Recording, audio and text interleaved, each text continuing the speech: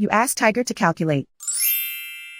This deals with linear inequalities with one unknown. The final result is x smaller than -6. Let's solve it step by step. Isolate the x. Multiply both sides by inverse fraction 3 over -2.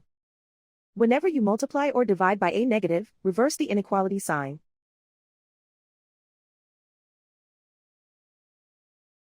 Move the negative sign from the denominator to the numerator.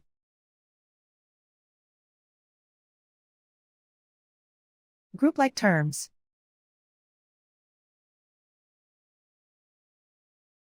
Multiply the coefficients.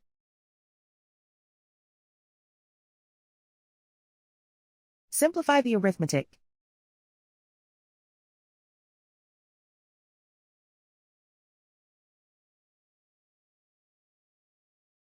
Move the negative sign from the denominator to the numerator.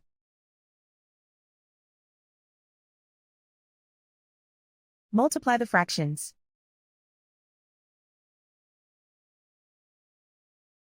Simplify the arithmetic.